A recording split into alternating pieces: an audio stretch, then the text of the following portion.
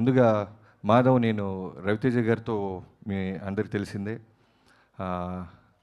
First cinema నుంచి ఆయన దగ్గర ట్రావెల్ అవుతున్నప్పుడు వాళ్ళ బాబుతో పాటు మాధవ్ని కూడా చూస్తూ ఉండేవాడిని. ఇందాక అదే అంటున్నాను, నువ్వేమని పిలుస్తావు అంటే పెదనాన్న గిదనాన్న అంటే పళ్ళు రాలిపోతే అన్న అని చెప్పరా అన్నాడంటే ఆయన. సో నిజంగానే అన్నతమ్ముల్లాగా ఉన్నారు. ఏ బ్యాక్గ్రౌండ్ లేకుండా వచ్చారు రవితేజ గారు, మీ అందరికీ తెలుసు. సో కాబట్టి ఆయన నాకు తెలిసి మనోడి కాళ్ళ మీద తనే నిలబడి ఎదగాలని కోరుకుంటున్నాడు.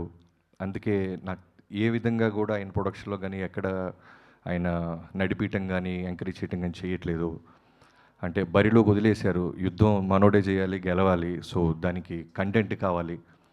ఇలాంటి మంచి మారమ్మ అని అంటే రెగ్యులర్ జనరల్గా ఎవరైనా లాంచింగ్ అంటే ఓ లవ్ స్టోరీ, లేదా కొడితే రోపులు కట్టి ఓ 10 మంది గాల్లో లెగిసారు, ఇలాంటివి లేకుండా ఒక కంటెంట్, ఒక అమ్మవారి ఊరు, ఇలాంటి చూసిన ఇంత గ్లిమ్స్లో నాకు అర్థమైంది ఒక మంచి పాయింట్ చుట్టూ నడిపారని. సో నాగరాజు గారికి, డైరెక్టర్ నాగరాజు గారికి I wish you all the best brother.